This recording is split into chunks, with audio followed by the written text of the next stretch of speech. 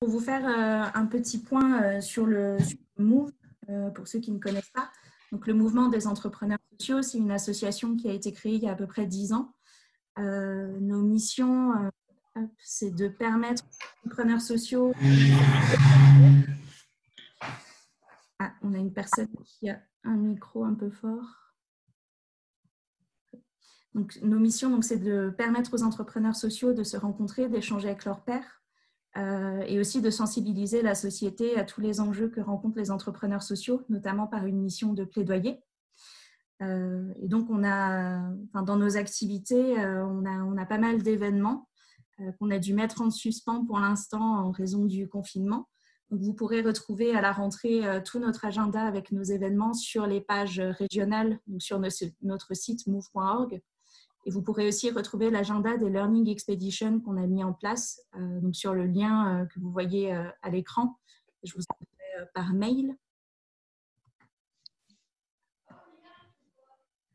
Alors, ma présentation qui a un peu de mal. Et donc voilà, pour vous présenter ce qu'on fait en ce moment. Donc on a mis en place il y a 2 semaines la Help Room. Donc on vous propose 3 choses différentes. La première, c'est une hotline avec des experts. Donc, c'est des avocats, c'est des financeurs, des experts en travail à distance, en plein de choses, qui vous proposent gratuitement de prendre un rendez-vous de 30 minutes sur leur créneau pour pouvoir échanger ensemble autour de vos problématiques. Donc, voilà pour la hotline. N'hésitez pas vraiment à vous en servir. C'est assez précieux ces temps-là. On a aussi mis en place une série de webinaires thématiques, donc comme celui-ci, et des confinés connectés. Donc ça, c'est des temps un peu plus informels entre entrepreneurs sociaux d'une même région. Donc vous avez sur la page dédiée toutes les informations et toute la programmation. Et la troisième chose, c'est une boîte à outils qu'on met à jour régulièrement, sur laquelle du coup, on partage tout ce qu'on voit dans l'écosystème, sur tous les sujets de trésorerie, de travail à distance, des bonnes pratiques, enfin plein de choses. N'hésitez pas aussi à y jeter un œil.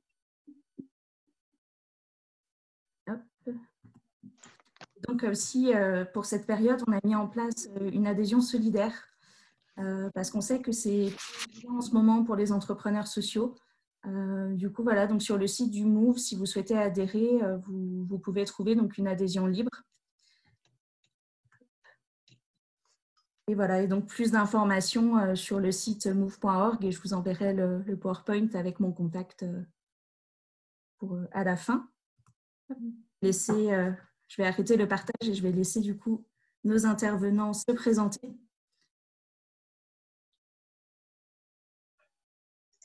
Et bienvenue aux personnes qui nous ont rejoints. Bonjour à tous.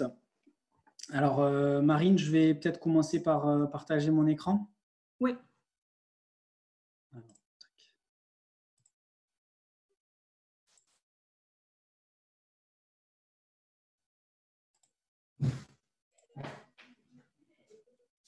c'est bon là?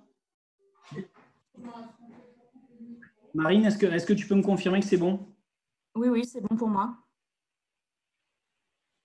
Ok. Donc voilà, on se présente avant de commencer ce petit webinaire. Donc moi, je suis Fabien Poujol, je suis expert comptable, gérant du cabinet d'expertise ODS qui est basé à Toulouse et qui est spécialisé dans l'accompagnement des structures de l'ESS. Et c'est à ce titre-là que je suis notamment adhérent au MOVES. Patrick, je te laisse te présenter. Donc, bonjour à tous et toutes. Moi, je suis Patrick Goudard, expert comptable, et moi, j'ai une entreprise qui accompagne les organisations durables. Voilà. Donc, si vous voulez bien, on vous propose là d'organiser ce webinaire en 3 temps.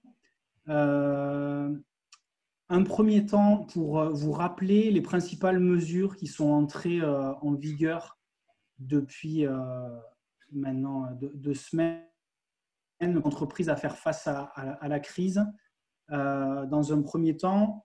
Et ensuite, je passerai la parole à Patrick pour parler des outils, des méthodes à mettre en place pour piloter au mieux sa trésorerie dans cette période de fort remous, on va dire. Voilà.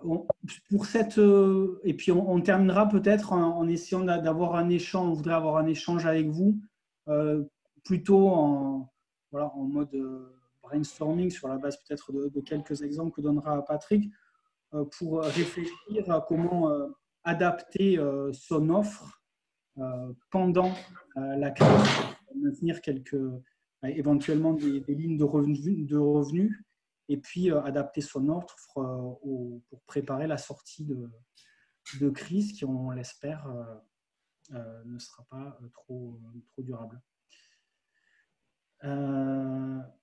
Patrick, est-ce que sur ce contenu, tu as des choses à rajouter? Non, juste qu'on fera on vous propose de faire la présentation et après de réponses. Donc, à la fin de la première partie, quand Fabien aura fini de présenter les différentes mesures, et ainsi de suite pour chacune des parties. Donc, gardez vos questions en fait pour la fin. On ouvrira un tas de questions et là, n'hésitez pas à poser toutes vos questions. Voilà. Donc, pour cette première partie, vous devez, comme nous, être assez abreuvé d'informations sur toutes les multiples nouveautés législatives qui sont sorties ces derniers temps. Il nous a semblé important sur cette thématique de vous rappeler, ça va être assez dense, mais en 5 slides, les principaux axes de mesures qui sont parus, et puis la connaissance qu'on peut avoir. Sachant que bien sûr, dans ces 5 slides, l'idée, c'est peut-être pas de rentrer dans le détail de chacune des mesures, mais peut-être que vous puissiez vous en servir comme une sorte de checklist des leviers potentiellement actionnables pour votre structure, qui sont autant de leviers pour se donner éventuellement une bouffée d'air au niveau trésorerie. Voilà. Et comme le disait Patrick, je vous propose à l'issue de ces 10 premières minutes, quand je vous aurai fait ce balayage, de prendre éventuellement les questions que vous pourriez avoir. Marine, tu les notes éventuellement au fur et à mesure qu'elles se présentent pour que... Oui. De toute façon, elles sont dans l'onglet converser.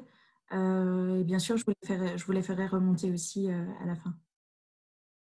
OK. Et sur chacune des 5 slides que je vais vous présenter, c'est notre positionnement, notre spécialité, et puis ça correspond aussi à la thématique de l'entrepreneuriat du MOVES. On a essayé de recenser sur chacun des leviers les spécificités qu'on pouvait avoir identifiées pour les acteurs de l'ESS. Donc, premier levier, le financement de l'inactivité des salariés et de leur formation. Vous avez certainement vu passer la mesure et peut-être actionné pour certains d'entre vous déjà ce dispositif. C'est le dispositif de chômage partiel qui existait déjà, mais qui a été, dans le cadre de la crise actuelle, simplifié et renforcé. Ce qu'il faut bien avoir en tête, c'est que pour le mettre en place, il faut être dans l'impossibilité objective de recourir au télétravail ou de respecter les normes de sécurité dans son entreprise. Je vous dresse les principales caractéristiques.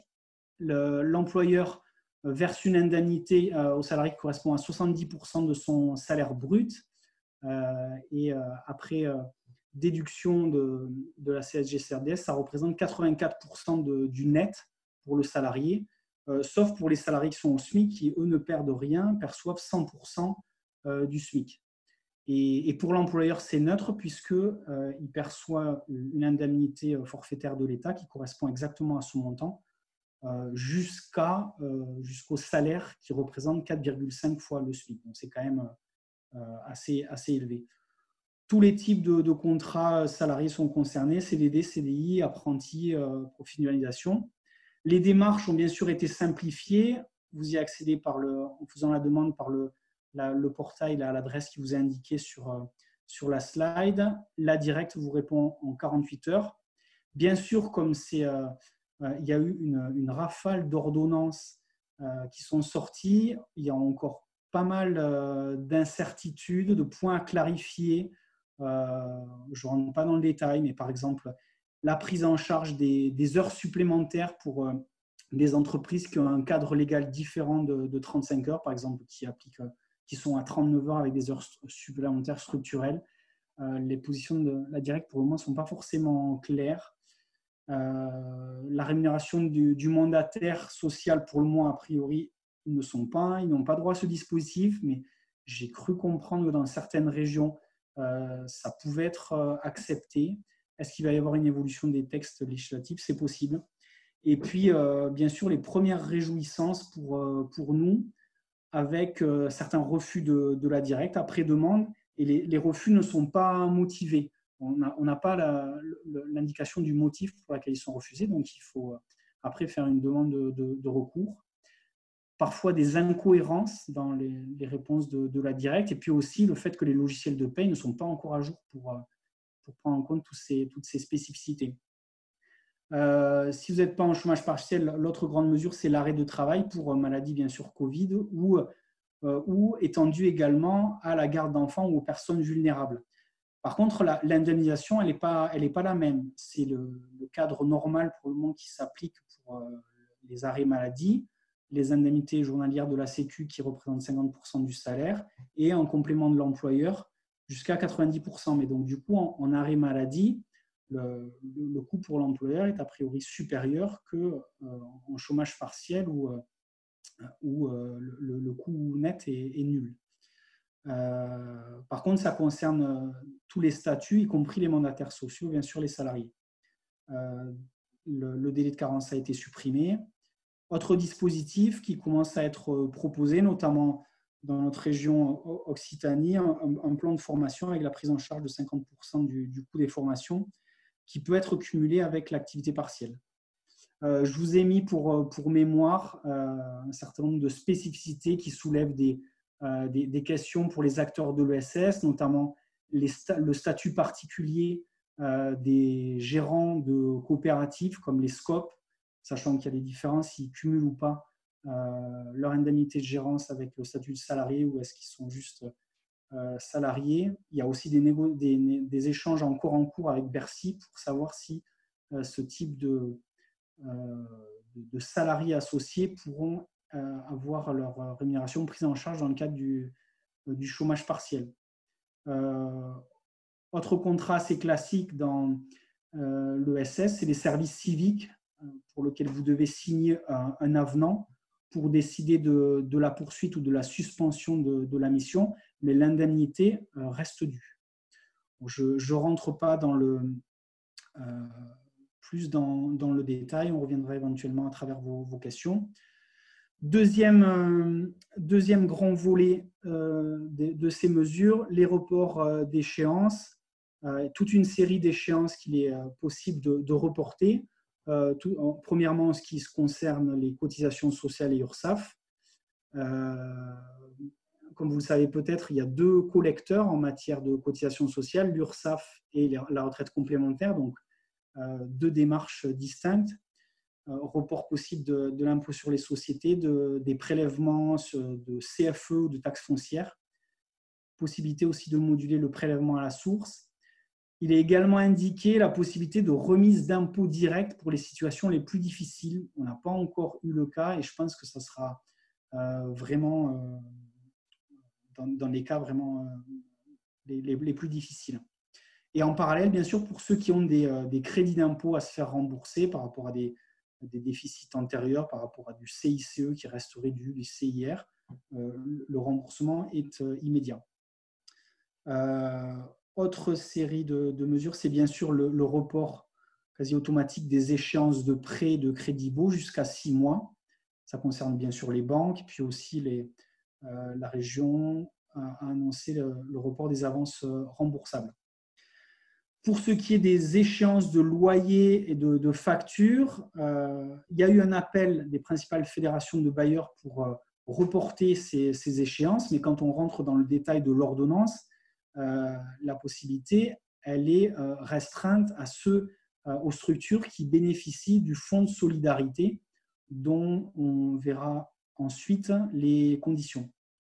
Par contre, pour les structures qui sont hébergées dans des pépinières animées par des collectivités territoriales comme la région, la métropole, il y a souvent des moratoires qui sont proposés. Quelques spécificités pour l'ESS.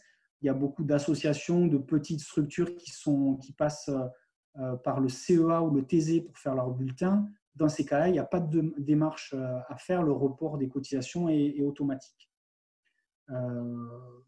Acteur assez classique de l'ESS, France Active, qui annonce sur son site, bien sûr, aussi les reports d'échéance pour les dispositifs qu'il propose, notamment le PTZ et le maintien de la garantie France Active en cas de rééchelonnement des crédits bancaires. Et puis, bon, c'est des mesures qu'on retrouve chez la plupart des financeurs de l'ESS.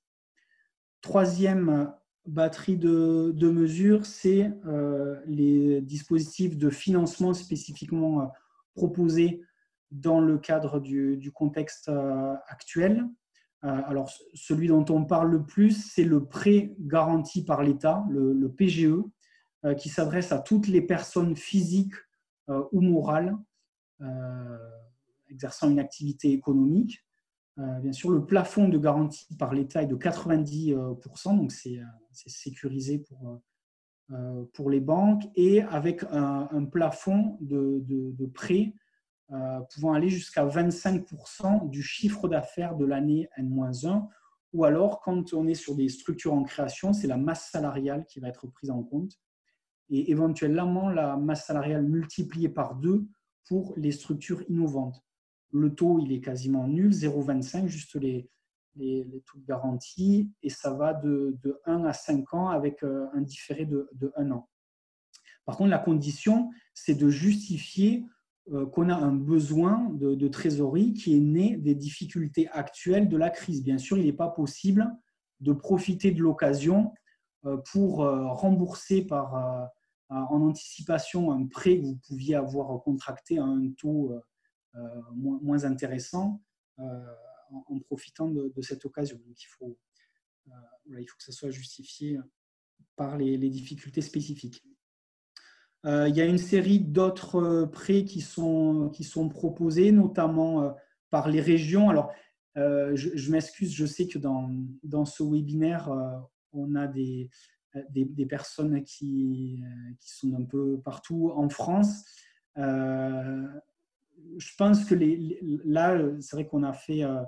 je prends des exemples qui sont orientés sur le cas que je connais, en l'occurrence l'Occitanie, mais il y a fort à parier que dans la plupart des régions, il existe les mêmes dispositifs. Donc, en Occitanie, il y a un prêt rebond qui est proposé via la BPI sur délégation de la région avec un taux à 0 sur 7 ans avec 2 ans de différé. C'est en parallèle d'un prêt bancaire du même montant.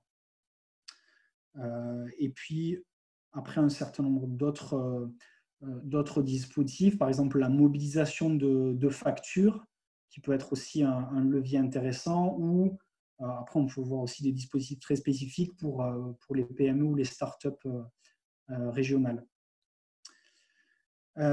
Spécificité de l'ESS, pour les associations, bien sûr, les 25% du chiffre d'affaires dont je parlais tout à l'heure, justement, en l'occurrence, c'est le chiffre d'affaires.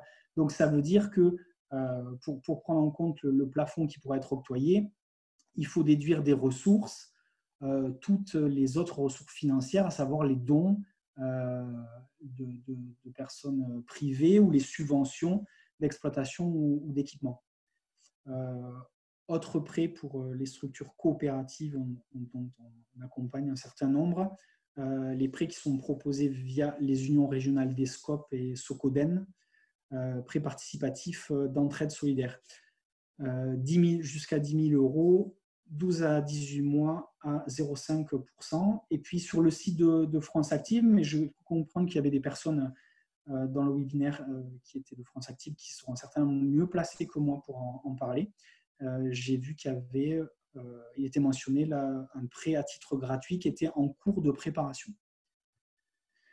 Autre volet, troisième ou quatrième, je ne sais plus, de ces aides, ce sont les aides exceptionnelles, avec en particulier le volet financé par le Fonds de solidarité État-Région, et en fait qui se décompose en 3 sous-volets.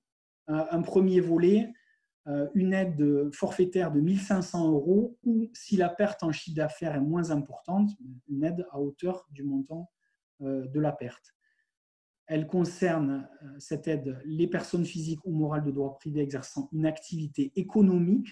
Donc là aussi, pour les associations, c'est uniquement sur leur partie activité économique. Structure de moins de 10 personnes avec un chiffre d'affaires de moins de 1 million et ayant réalisé moins de 60 000 € de bénéfices l'année dernière, sachant que dans ce bénéfice doit être réintégrée la rémunération du dirigeant. Donc, on peut dépasser ce montant éventuellement. Ça concerne bien sûr les sociétés qui ont eu interdiction d'accueillir du public ou qui ont subi une baisse de chiffre d'affaires de moins 50% entre mars 2020 et mars 2019. Alors, une fois qu'on a dit ça, il y a encore toute une série de questions qui se posent. Déjà, certains sont restés à l'information selon laquelle il s'agissait d'une baisse de 70%, et il a été annoncé en début de semaine ou en fin de semaine dernière, je ne sais plus, par le ministre que cette baisse passait de 70 à 50%. Et puis après, un certain nombre de questions sur qu'est-ce qu'on entend par chiffre d'affaires de mars à mars. Par exemple, pour une structure qui fait des prestations de services, il peut y avoir une différence entre ce qu'elle va facturer et le chiffre d'affaires qu'elle produit. Donc, je ne rentre bien sûr pas dans le détail de toutes ces subtilités.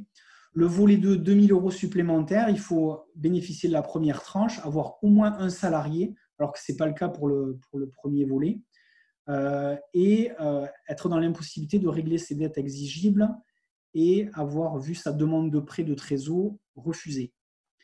Et au niveau région Occitanie, mais encore une fois, ça doit être la même chose dans d'autres régions, fonds de solidarité exceptionnel de 1 500 €, 1 000 € pour les indépendants, avec une cible quasiment identique, si ce n'est pour les associations, où là, je me suis entretenu ce matin avec les personnes en charge de l'ESS qui invitent à se rapprocher des interlocuteurs régions. Les conditions seraient plus restrictives pour les associations, mais ça reste à confirmer. Baisse de CA entre moins 40 et 50%, pareil, de mars à mars. Autre aide pour les indépendants, qu'ils soient gérants d'entreprises individuelles, gérants de SARL, travailleurs non salariés, une aide exceptionnelle de l'URSSAF. Par contre, là, on n'a pas de conditions extrêmement précises. C'est une étude de cas de chaque dossier qui est fait, qui déclenchera éventuellement l'aide. Prolongement des droits à l'assurance chômage jusqu'à la sortie de crise. Je vous ai mis à droite quelques spécificités ESS au niveau local. Par exemple, la métropole a annoncé le déblocage immédiat des subventions 2020 qui avaient été attribuées sans attendre le retour des conventions signées. Idem au niveau département, il y a un fonds de soutien exceptionnel qui a été créé avec un contact pour faire ces demandes. Versement immédiat, instruction accélérée. Il faut aussi aller regarder au niveau des plateformes de crowdfunding. Je mets l'exemple là de Ulule qui communique sur un dispositif de Act for Impact où un financeur, en l'occurrence la BNP, abonde à hauteur de 100% des fonds levés dans le cadre d'une campagne de crowdfunding. Et dernier volet, dernier slide que je vous présente là, c'est à la fois allègement de la fiscalité locale et puis un certain nombre d'autres mesures. À titre d'exemple, Toulouse Métropole a annoncé l'allègement des tranches minimum de CFE, CVAE.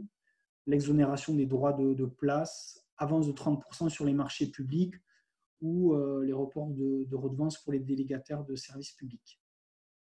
Autre mesure dans laquelle je ne peux bien sûr pas revenir en détail dans le cadre de cette présentation, mais qui concernent aussi la gestion de votre entreprise.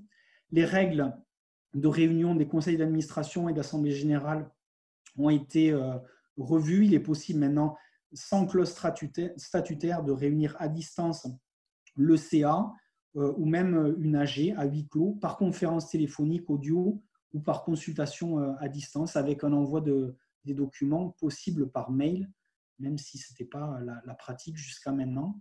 Et possibilité de report automatique sans dérogation, sans demande de dérogation, d'approbation des comptes de 3 mois supplémentaires. Donc, si pour une entreprise qui clôturait au 31 décembre et qui avait jusqu'au 30 juin, cette année, elle a automatiquement jusqu'au 30 septembre pour approuver. Il y a une série de dérogations au Code du travail qui sont entrées en vigueur en matière de congés payés, de durée du travail. Et en ce qui concerne la gestion des conflits avec les clients, les fournisseurs, bien sûr, pour épargner sa trésorerie, un des premiers réflexes, c'est de tarder à payer ses fournisseurs, mais on comprend bien que si tout le monde fait ça, ça déclenche un phénomène en cascade ingérable. Pour rappel, la loi plafonne les délais de paiement à 60 jours et il y a une médiation des entreprises qui est proposée en cas de conflit entre un client et un fournisseur. Voilà, j'ai essayé de balayer de manière assez rapide donc ce qui constitue pour nous les 5 grands leviers de mesures qu'il est possible d'actionner, qui sont, comme je disais, autant une sorte de checklist sur les points qui peuvent concerner votre structure. Voilà, donc avant de passer peut-être à la partie suivante, est-ce qu'éventuellement vous avez certaines questions auxquelles on peut répondre? Merci Fabien. Alors, on a bien 2 personnes de France Active dans les participants. Ouais. Donc, Axel, Marianne, vous qui avez mis un petit mot dans la conversation, est-ce que vous voulez revenir rapidement sur les mesures de France Active pour les préciser à tout le monde? Oui, bien sûr, je me permets de prendre la parole et Marianne complétera. Bonjour à tous, c'est Axel, je travaille pour France Active. Oui, juste une petite précision en plus de ce qui a été dit par ailleurs sur les prêts à taux zéro et sur les garanties. France Active fait aussi des prêts, des prêts participatifs.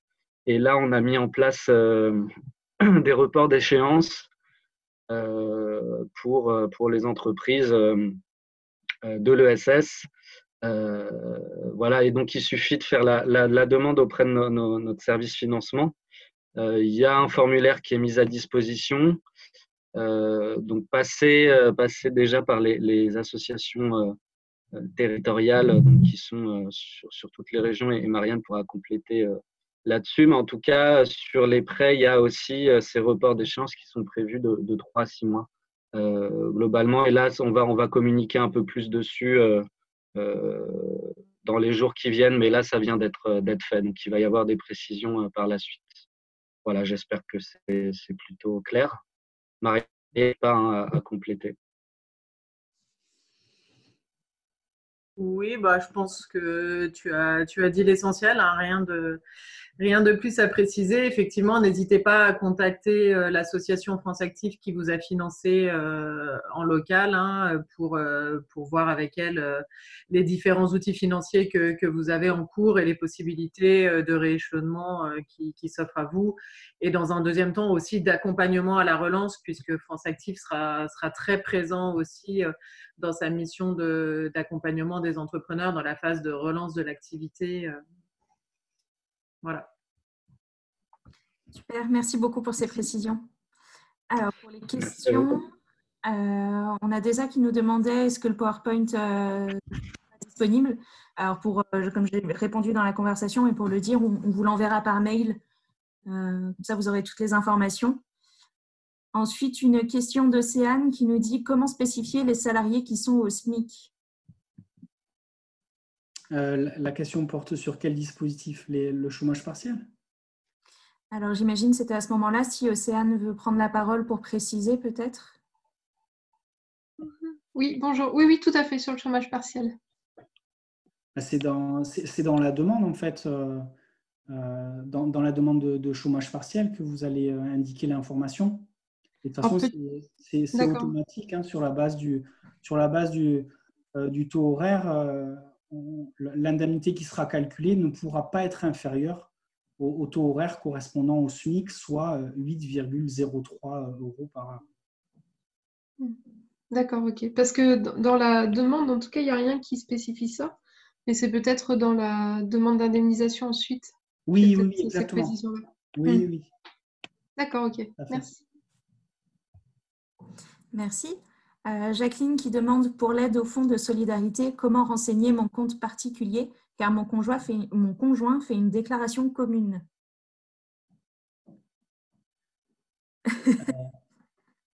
Alors, il s'agit de la même structure parce qu'effectivement, on peut remplir qu'une demande d'aide par structure. Mais à partir du moment où on met pas le même numéro sirène, il est possible. La règle, c'est une demande par structure.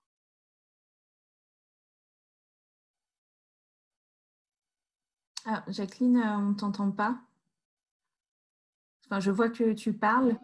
Ah. Oui. Non, c'était pour dire, en fin de compte, puisque j'ai une structure, j'ai une SARL unipersonnelle, et lorsqu'on nous demande de faire cette aide de fonds de solidarité, on nous demande de le renseigner sur notre compte particulier. Et là, on me demande mon numéro fiscal. Le numéro fiscal, en fin de compte, ce n'est pas celui qu'on utilise pour faire la déclaration, c'est celui de mon époux. Puisqu'en fin de compte, on fait, moi, je déclare mes revenus sur un compte joint. Donc, et comme donc c'est uniquement le compte de mon mari qui est mis en avant, qu'est-ce que je dois faire? Parce que je n'ai pas la réponse de mon expert comptable qui doit me rendre mes comptes aussi, parce que je ne peux pas faire ça sans ça. Et non, parce que c'est vraiment un problème uniquement. Je ne sais pas si on pourra éventuellement mettre à la fin du PowerPoint un certain nombre de liens vers les ressources utiles. En l'occurrence, il y a un fichier avec l'instruction à suivre, avec des copies d'écran qui est assez clair. Alors, je n'ai jamais eu cette question pour le moment. De toute façon, ça date de quelques jours.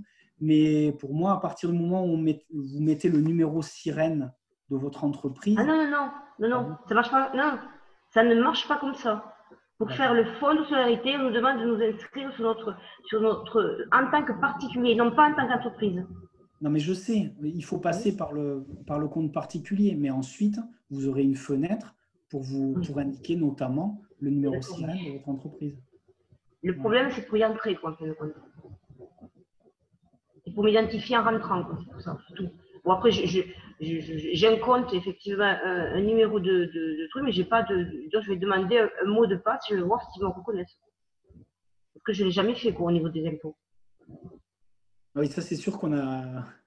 Oui, c'est le problème des femmes qui, en compte joint, quoi, c'est le problème. Hein. On est toujours derrière l'homme qui, lui, est à la retraite, et donc moi, je ne suis pas visible directement, quoi. Enfin, bon, comme on dit, c'est des problèmes. Je l'ai demandé à mon expert comptable qui ne m'a pas répondu, donc je vous ai demandé, mais vous, apparemment, vous n'avez pas l'air de… C'est le problème spécifique des femmes, en fin de compte. Ben, ouais, j'ai pas eu cette remontée encore, mais vous avez bien suivi l'instruction qui a été faite par les impôts.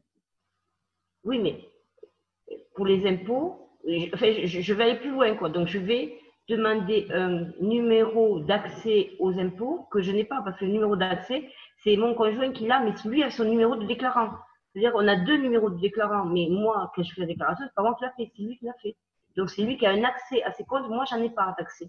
C'est simplement pour savoir si j'accède par son numéro à lui, j'ai pas le même numéro de déclarant. Donc, c'est simplement le fait que voilà, donc je suis bon. Après c'est tout. Bon. Après j'ai le temps parce que j'ai pas encore les comptes, quoi. Donc il faut pas être pressé, quoi.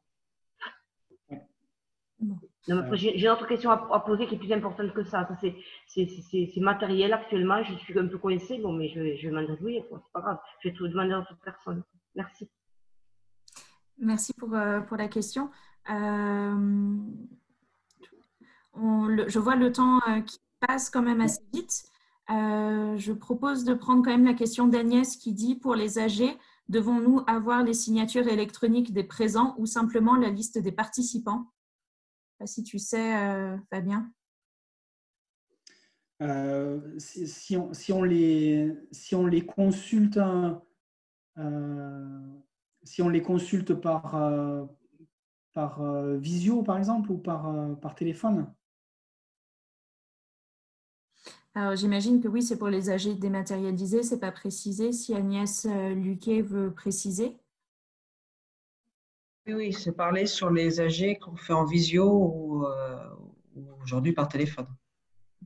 Ouais, forcément, il faudra effectivement qu'il y ait quand même une trace de leur présence, mais ça pourra se faire par voie dématérialisée. Oui.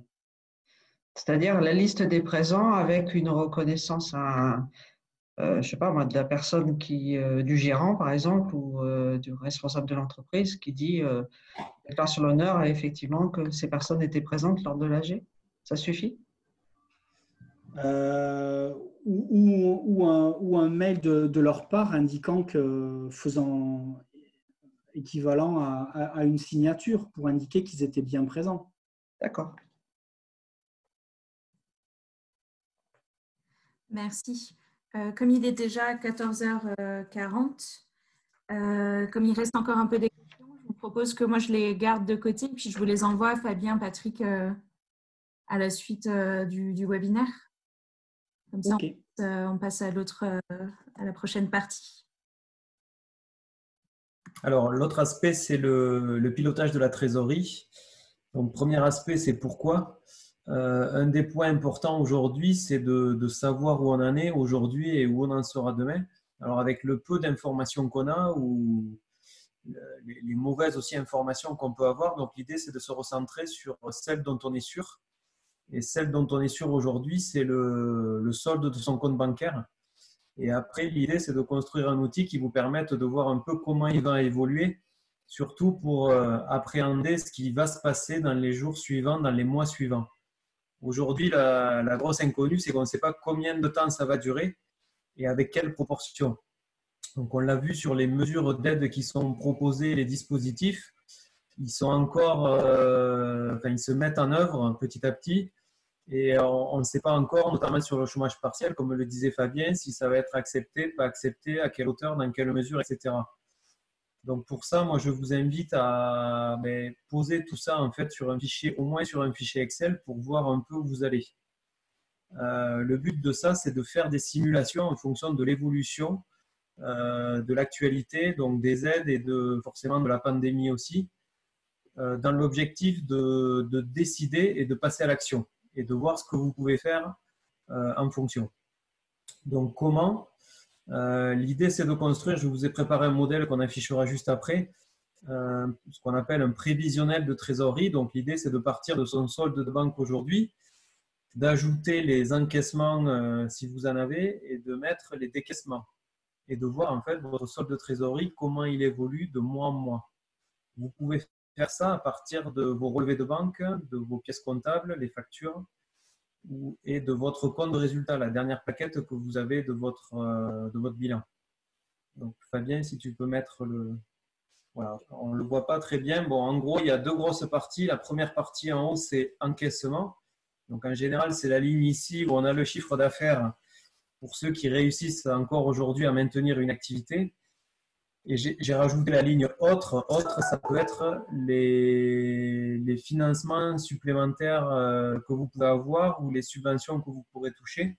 Et la deuxième grosse partie, c'est la partie décaissement. Donc, effectivement, tout ce qui est sorti de votre trésorerie. Donc, quand on fait mon solde de banque en début de mois, moins mes encaissements, moins mes décaissements, ça me donne mon solde de banque en fin de mois. Et l'idée, c'est de compléter un tableau sur cette forme-là à partir de, j'allais dire, de début mars et de le projeter au moins jusqu'à fin juin, parce qu'aujourd'hui, on n'a pas d'idée sur sur ce que ça va donner. L'idéal, ce serait même de le faire, à mon avis, jusqu'à septembre pour se donner un peu de visibilité. Alors moi, je vous conseille, ne vous cassez pas la tête à aller trop dans les détails, etc. L'idée, c'est que vous ayez une vue d'ensemble de votre trésorerie et de comment elle évolue. Donc, dans ce tableau, vous pourrez très bien mettre aussi les charges que vous avez réussi, les décaissements que vous avez réussi à décaler. Par exemple, les loyers.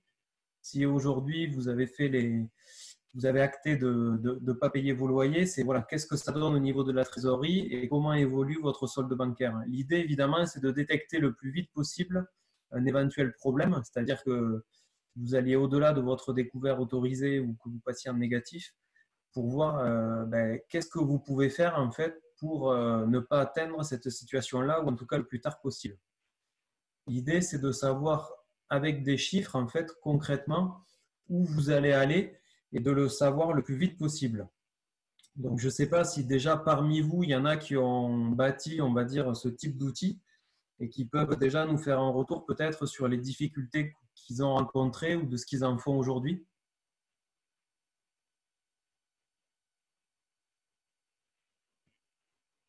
Je vous laisse intervenir directement et prenez la parole. Est-ce qu'il y en a déjà qui ont mis en œuvre ce type d'outils aujourd'hui? Oui, moi je peux partager modulier. Alors, moi je suis dans une situation un peu particulière, elle n'est pas abordée là, mais je dirige une ONG, donc on a en termes de revenus uniquement des dons et des soutiens, mais on a fait ce type d'outils d'abord à juin et ensuite d'ici fin d'année. La difficulté qu'on rencontre, on est en train de le faire d'ici fin d'année. Évidemment, la difficulté qu'on rencontre, c'est qu'on tombe dans des scénarios à hypothèse. Exactement ce que vous venez de dire, Patrick, c'est que, alors, évidemment, c'est très proche de ma situation actuelle. Moi, je dirige une ONG qui forme des jeunes au métier de l'informatique. Donc, on a 3 écoles en Asie. Donc, il y a plein de choses qui ne correspondent pas à ma situation, malheureusement. Je suis une ONG française, mais opérant en Asie. Et aujourd'hui, nos élèves ne sont pas dans nos centres, mais on doit anticiper plusieurs choses. La fin de la situation, donc le retour des élèves dans les centres, donc la reprise des coûts. Et également, certainement, un décalage entre cette reprise des coûts et le retour à la normale, on l'espère, d'une situation financière et de l'arrivée des dons. Et ça, c'est un vrai décalage. Il va y avoir un retour des coûts, c'est certain. Je n'ai aucune visibilité sur un retour dit à la normale de la générosité des partenaires que nous avons. Donc ça, c'est le vrai. Je dirais que la vraie difficulté, c'est pas tant d'avoir les informations de dépenses, parce que ça, les économies, etc., on arrive toujours à les avoir. C'est plutôt d'avoir les scénarios possibles. Il y a beaucoup de scénarios qui peuvent se faire entre ça reprend en juin, ça reprend en juillet, ça reprend en septembre. Et puis derrière, quand va reprendre, avec quel décalage je dirais, de chiffre d'affaires aujourd'hui. Ça, c'est une vraie difficulté. Voilà ce que je peux La première vraie question, c'est effectivement jusqu'à quand, entre guillemets, mon organisation peut tenir? Alors, pour moi, c'est toute l'utilité de ces modèles de suivi de trésorerie et toute la difficulté des hypothèses et toute la raison pour laquelle je pense qu'il faut le faire le plus tôt possible, puisque tant qu'on ne sait pas répondre à combien de temps nous pouvons tenir, eh bien, il faut se donner les moyens d'y répondre et éventuellement actionner des réductions, parce qu'on a évidemment on a des leviers, hein, on peut réduire, il y a des paiements qu'on fait d'universités qui sont partenaires, on les fait tous les 6 mois, on peut négocier de les faire au mois et non pas au semestre, donc c'est des sorties de trésorerie qu'on ne fait pas. Il y a évidemment des choses que l'on peut actionner, j'allais dire immédiatement, on a gelé les recrutements par exemple, ça fait partie du scénario 0, il y a des choses qu'on actionne tout de suite, puis il y a des choses qui sont plus difficiles à actionner, et là la question c'est à partir de quand on les actionne, parce que les actionner trop tard, c'est potentiellement se mettre dans le rouge. Donc oui, enfin, tout est très imbriqué. Nous durons aussi en fonction, enfin, c'est le cas de tout le monde, on dure en fonction du moment où on prend les décisions. Et plus tôt on a de la visibilité, même si elle est bancale, même si elle est elle est floue, je pense que l'idée c'est de faire des scénarios et de partir du principe qu'en période de non-visibilité, il faut faire des hypothèses et de voir en fonction de ces hypothèses-là à quel moment on peut se retrouver en difficulté. difficulté et donc ensuite de faire des hypothèses sur les actions possibles. Si je prends une action A et que je la mets en place en juin, ça me permet de tenir jusqu'à quand? Si je la mets en place en septembre, quel est le risque que j'ai? Donc, c'est tout l'intérêt de l'exercice et c'est en même temps tout le côté un petit peu difficile. Je pense qu'il faut une maîtrise d'Excel peut-être, puisqu'il faut être capable de faire des scénarios, j'allais dire un scénario témoin qui est la situation un peu certaine, voilà, en ne faisant rien, toute chose étant égale par ailleurs, à partir d'aujourd'hui, quelle est ma situation, et ensuite hypothèse 1, hypothèse 2, combiner des hypothèses, en fait un scénario devient une combinaison d'hypothèses. C'est pas évident, mais c'est salutaire, je pense. Donc, il faut avoir un bon expert Excel à côté de soi. Quand je dis ça, je caricature un peu, je pense que ça se fait, mais il faut jouer d'hypothèses. Très bien, merci. Est-ce que vous avez des questions sur cette partie-là? Ou d'autres témoignages?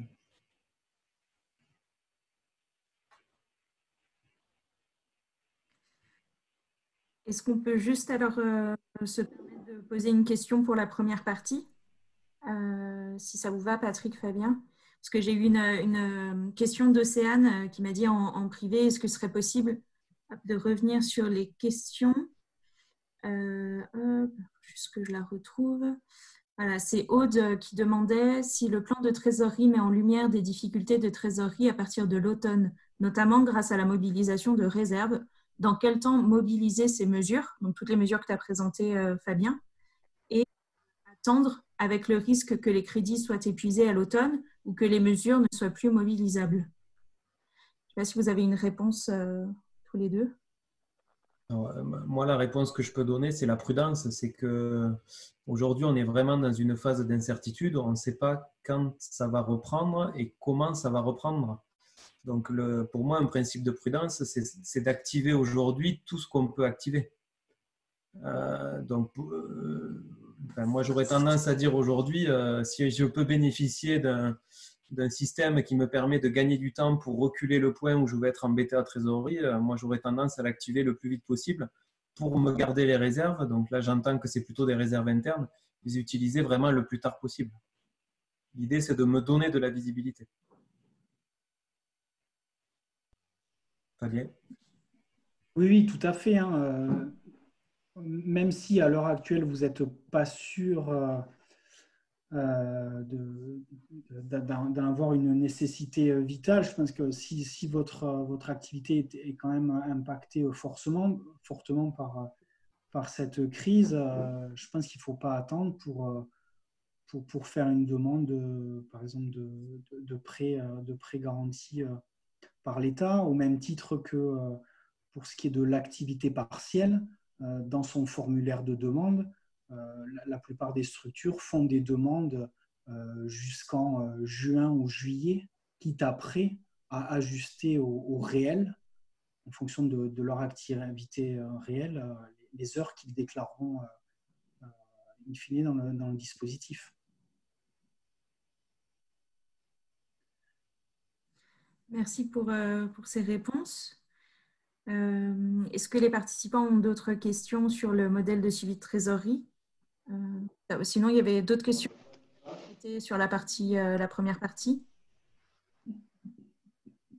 Moi, j'aurais deux questions sur la première partie, s'il est encore possible. Elles sont, pardonnez-moi, elles sont très liées à la situation que je vous présente, c'est-à-dire la situation ONG.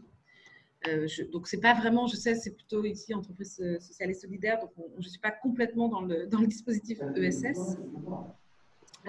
J'ai deux questions. La première, vous avez évoqué dans la partie précédente les dispositifs, notamment pour les services civiques. À l'intérieur de ce dispositif, vous avez mis nécessité de maintenir les subventions, enfin les indemnisations, les allowances, indemnités, voilà, des services civiques, y compris dans le cas de l'interruption du contrat. Pardonnez-moi, mais comme la formulation était un petit peu ambigu. Si le contrat s'interrompt complètement, on arrête les subventions, les allowances, les indemnités? C'est ce qui est indiqué sur le site du service civique, effectivement, que l'indemnité reste due même en cas de suspension.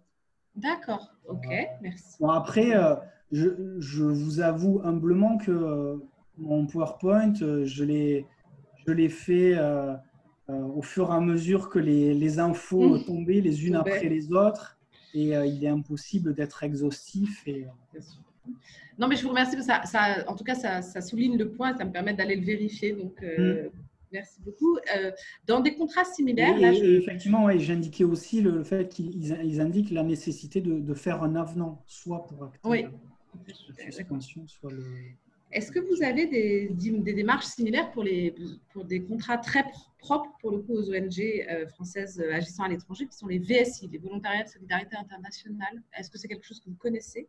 Est-ce qu'il y a des dispositifs similaires d'avenants nécessaires, je sais pas, de soutien? C'est pareil, c'est des contrats un peu particuliers, c'est des contrats de volontariat qui se rapprochent un peu du service civique. Un petit peu. Mais là, en l'occurrence, il s'agirait… ils ont quand même un statut de salarié et ça se rapprocherait plutôt d'un contrat type apprentissage, donc possibilité de basculer en chômage partiel Alors, le contrat de VSI n'est pas du tout un contrat de travail. D'ailleurs, c'est c'est pas du tout un contrat de travail, c'est associé à un tribunal administratif en cas de litige, c'est un contrat de volontariat, d'ailleurs, ce ne sont pas des employés, ce sont des volontaires, ils ne touchent pas de salaire, ils touchent une indemnité, c'est très particulier, excusez-moi, sur le cas très spécifique des ONG, hein, je ne peux pas monopoliser le… Voilà, c'est juste de savoir si vous… Malheureusement, je n'ai pas ce cas-là, donc je ne peux pas vous dire.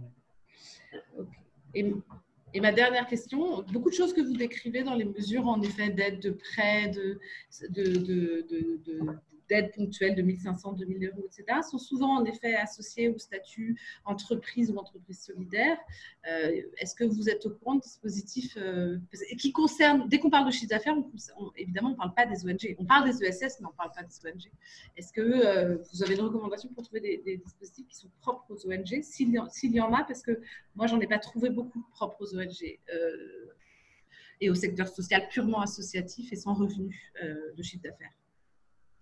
Non, dans toutes les mesures relativement généralistes qui sont parues dans les 2 semaines qui viennent de s'écouler, il faudrait repasser en revue toutes les aides, mais effectivement… En fait, j'ai tout lu de ce que vous avez mis avec ce filtre-là. Hein, je vous écoutais à chaque fois et c'est vrai qu'on voit que c'est c'était un peu associé à un dispositif généraux du chiffre d'affaires, au moins en partie. Oui. Et même… Ou à des contrats de travail en France. Même le fonds exceptionnel régional, en l'occurrence Occitanie, il est aussi très axé chiffre d'affaires et voire encore plus restrictif que le fonds solidarité de l'État. Merci beaucoup de vos réponses. J'ai plus de questions. Patrick, est-ce que tu voulais quand même dire 2 mots sur la fin du PowerPoint? Oui, on aurait aimé aussi vous amener, mais là on va être un peu pris par le temps, sur l'aspect en fait, comment je fais en cette période un peu délicate, on va dire, et pour beaucoup en fait, où il n'y a plus d'activité, donc il n'y a plus d'encaissement lié à l'activité, donc c'est de réfléchir comment je pourrais en faire, entre guillemets, une opportunité, c'est-à-dire de réfléchir différemment à ce que m'aurait dit des prospects que j'ai rencontrés peut-être il y a quelques mois ou des amis autour d'un verre en me disant mais aujourd'hui pourquoi ton organisation ne propose pas en fait tel type de prestation de service.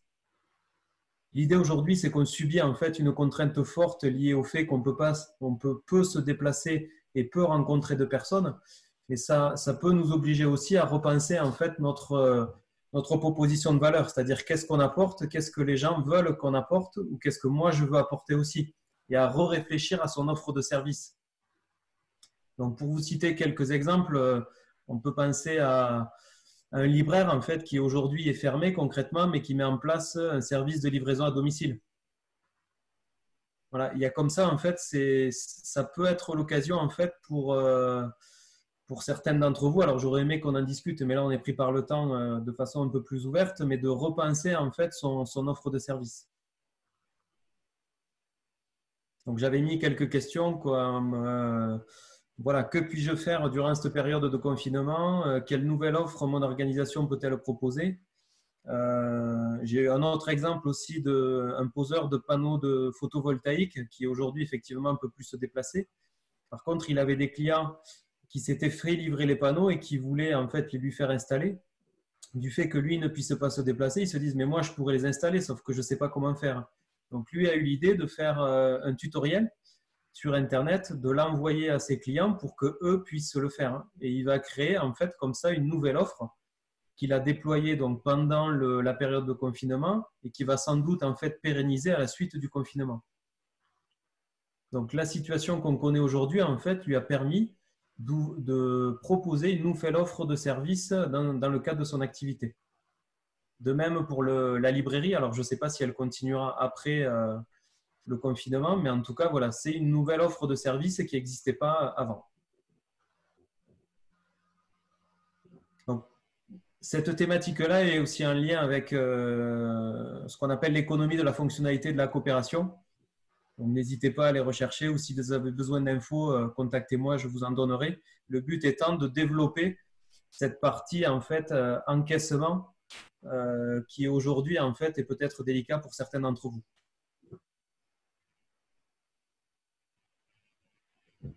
Voilà pour faire court et pour rester dans les délais. Est-ce que vous avez des questions sur cette partie-là qu'on a traitée de façon un peu rapide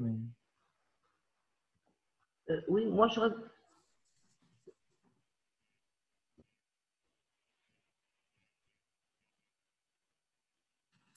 On t'entend plus, Jacqueline? On t'entendait? Il faut que tu... Attends.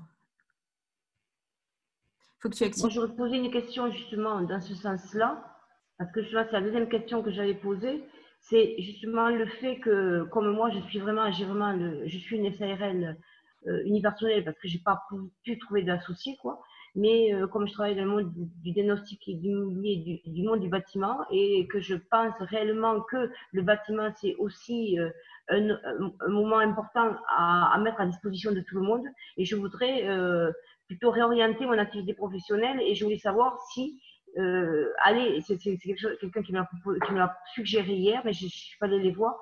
Si vous pensez que légalement, une entreprise, bon, moi j'existe depuis 2011, si elle va rejoindre une scope comme la scope Copaction, quoi, qui est sur Toulouse, puisque je suis un bureau d'études, pour arriver à faire des choses communes avec d'autres personnes.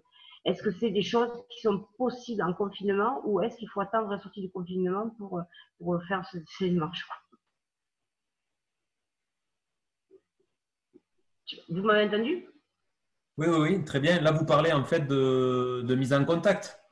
Oui, de mise en contact et surtout pour réorienter une activité qui était spécialisée dans le diagnostic immobilier, qui au jour d'aujourd'hui, elle est, depuis 9 ans que je travaille dedans, elle est détournée de son objectif final qui était au final normalement de bien connaître l'état du bâtiment. En réalité, on ne fait pas ça, on fait du n'importe quoi dans le diagnostic immobilier. Et moi, je voudrais donner de la valeur à ça pour justement le mettre au service de personnes qui sont justement exclues du logement, pour leur donner des manières de répondre à des droits qu'ils ont. Parce que le logement pour tous, à mon avis, c'est quelque chose qu'on peut le faire, mais on a aussi besoin de compétences, quoi. Et je trouve que ce serait une bonne manière de rendre utile mon activité que je n'arrive pas actuellement à exercer, puisque travailler avec les gens, c'est du contact, donc moi je suis foncièrement arrêtée, quoi, à cause de ce confinement.